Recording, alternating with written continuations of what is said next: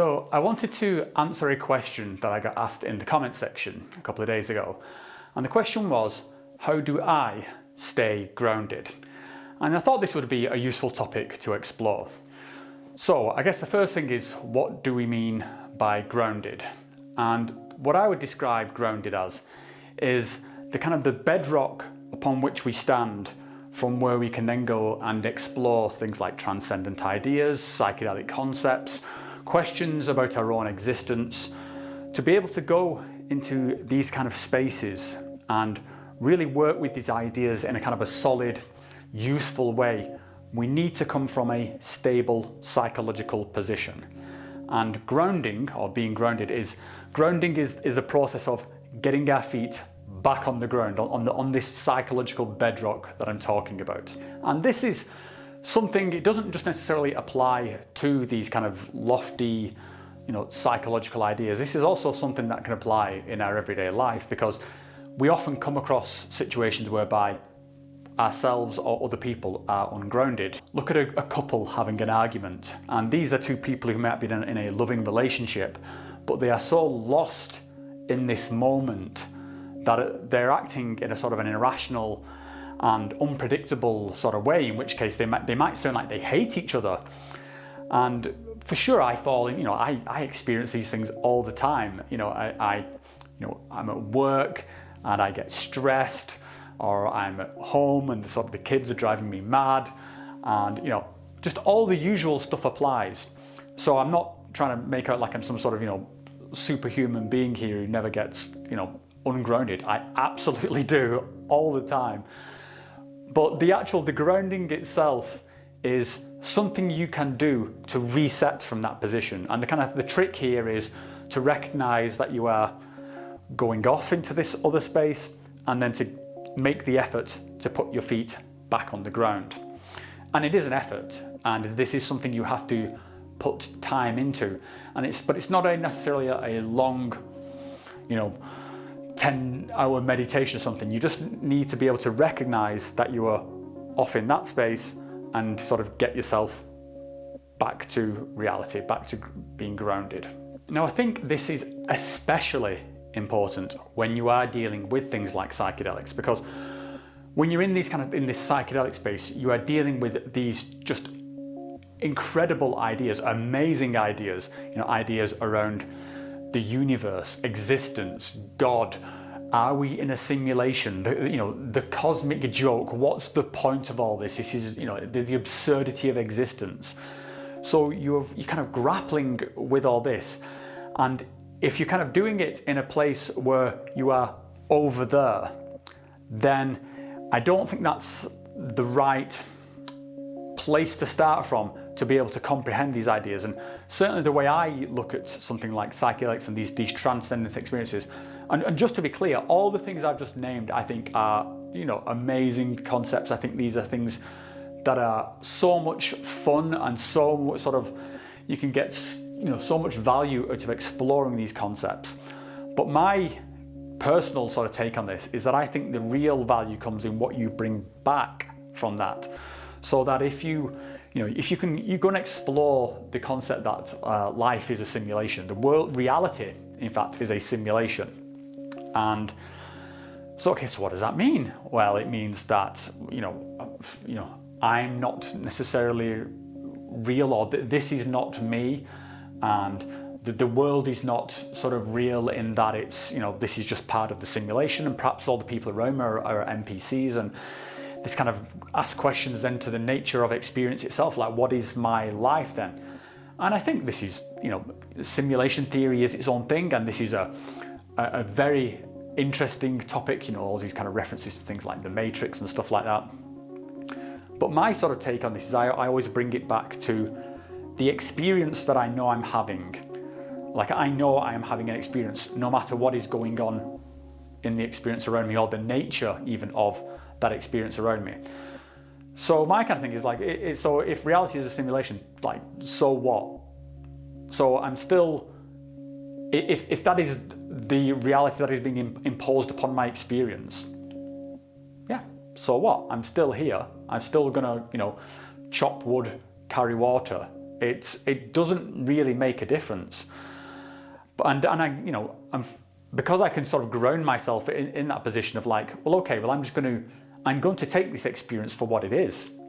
I'm going to roll with it, and I'm going to see what this experience has to offer me, which is very similar to going through a psychedelic experience. You take a psychedelic and you go off on this bombastic, mythical journey, and from a manner of speaking, what you are doing is entering into another simulation. You are going through another experience, which some people would say is not real. I would think it's kind of just as real as any other part of the experience that we are having. But you go off through that, and the mentality you've got to have as you go through that is like, this is the experience I'm having. I am going to surrender to this experience and get from it what I can. And you can do this no matter what you believe is behind the psychedelic experience, whether you believe this is portals to pure consciousness, or whether you think this is just drugs acting on your brain, or whether you think this is the spirit realm, or whatever. You can still go at it with the framework of, I am going to get from this whatever value I can get from it. And then the trick is then you bring it back to your everyday experience, and this is this process known as integration. You take the experience of the fantastic, you bring it back to reality, and through integrating it, you get, and you have to be in this kind of grounded state to integrate it, and then you sort of add value to your everyday experience. And if you're not grounded, then you're not going to be able to integrate those experiences. You're just going to keep having the fantastical experience stacked upon top of the fantastical experience. And a lot of those same concepts around, like similar to are we in a simulation, also carries over into the space of people who are trying to become enlightened. So it's like, okay, I am on the path to enlightenment. I am going to transcend this reality or this tier of consciousness. And again, my take would be kind of, yeah, like, so what? In the morning, you're still going to have to take a shit. No matter how enlightened you become, then this physical reality, I mean, for want of a better word, it is a reality. There is no matter what level your mind goes to, you are within this human experience. We are within a bubble of human experience for the duration of our lifetimes. So, yeah, you can be sort of enlightened, and I think it's a lofty goal to try and escalate your consciousness towards some sort of higher ideal, but you don't let that completely unground you, because reality will catch up with you. And the reality is that no matter how enlightened you are, these two things have got to exist at the same time. You are going to be a human being. You cannot be an enlightened human being without being a human being. And sooner or later, like I say, reality will catch up with you, and you're going to need to take a shit. You're going to need to do the things it takes to keep you alive, and you need to be able to bond those things together. And again, I think you can only do this from this place of being grounded. My goal is to have the best human experience I can have, and one of the other ways that I used to ground myself within this human experience, and also to get the best of this human experience, is that I build relationships with others. I want to connect with other humans so that I have the framework I need as a human being that will get me through this. And the most obvious and possibly mundane, but to me the most precious aspect of this is my wife and my children. Nothing on this earth will ground you more than having a grumpy teenager ask you where her clothes are, why her clothes haven't been ironed, or when is dinner going to be ready. So just this act of having these connections with the people around me and having my family, this very firmly grounds me in reality. If I'm honest, I can't take any particular credit for that family and that I have. It just happened to me. I didn't consciously choose to fall in love with my wife. No more, and I didn't consciously make that marriage work. I certainly put effort into making that relationship work, and me and Rachel put a lot of effort into here, into making sure that we're communicating and stuff. But the success of it is a kind of a fluke, in my opinion. But I think the thing that we can do is that we can make that effort to connect.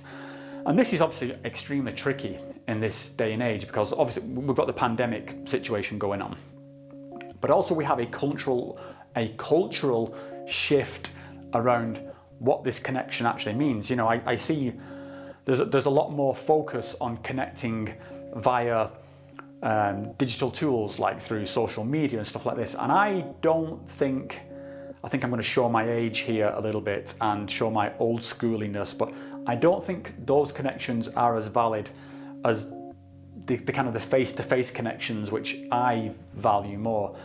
I think those kind of connections are a good starting point, and certainly I have met people on the internet and through social media, and usually the point at which I stop thinking of them as being someone I know on social media and them being a friend is that there has been some kind of, or at least a proxy of face-to-face contact. I've had a video call with them, I've had a phone call with them, I spent time, I've chatted with them directly rather than just exchanging text messages. So yeah, my family is a huge part of my process, and I think about it and I'm so grateful. And one thing I just want to kind of sneak in here on the back of this, something I want to share with you guys, is that this is actually, it's 21 years that I've been together with Rachel. This is our 21st anniversary this year.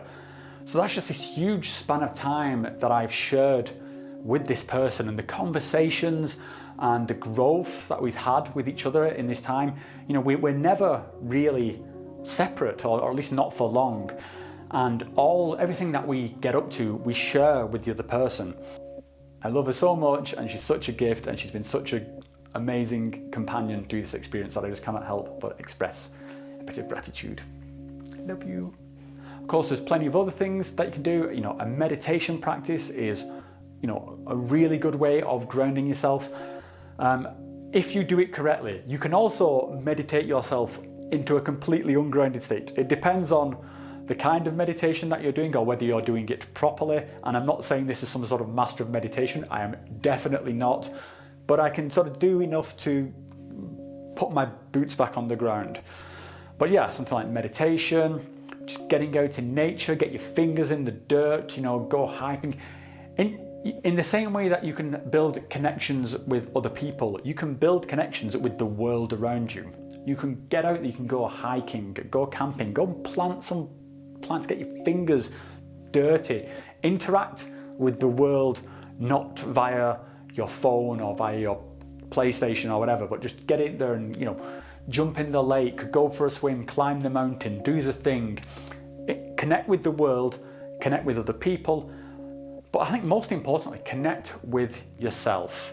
And it can seem like this is something where you need to try hard, like you've got to really do some deep introspection now to find out what's going on with me. And no, try soft. Like try in the softest, just like, okay, just where am I at? Just let it all drop, let all the bullshit just drop away. Try soft. Just whenever you're feeling yourself get stressed or frustrated that you're not moving into that sort of conceptual framework that you wanted, or that you feel like you're not making the progress you want to, just try soft. Just let it go and just think, fuck it, it's okay. Let's just see how this goes with how I am. And I think you'll find with that change in mindset, because sometimes what I used to find at the beginning with meditation was it was quite stressful, because I wasn't sure I was doing it right. So trying to get into that mindset was actually counterproductive.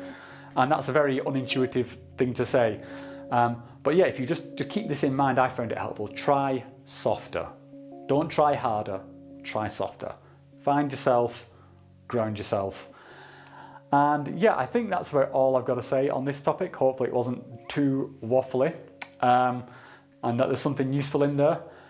As always, I want to say a big thank you to all of you guys. I'll sneak another cheeky thank you in there to my wife Rachel and my family, my kids, for helping me to stay grounded, and also for you guys, for the guys I've had, you know, connections with because of this channel, for the people who reached out to me, the people who, you know, I now see as friends for the wider sort of community. Yeah, thank you so much, guys. It's you know, you've all been a part of my journey, and yeah, I guess I'll leave it there. Thank you so much for watching. Just one last thing, just as part of this connection thing, if anyone does want to connect with me, if one of you guys want to chat, either via message or, you know, join me for like sort of a video call or sort of a group call, join our Discord server. I'll put the details are in the channel banner up there somewhere. Yeah, come and say hello. I'm always up for having a chat with anyone about anything, even if it's something you want to disagree about. So, okay guys, thanks for watching, and I'll see you next time.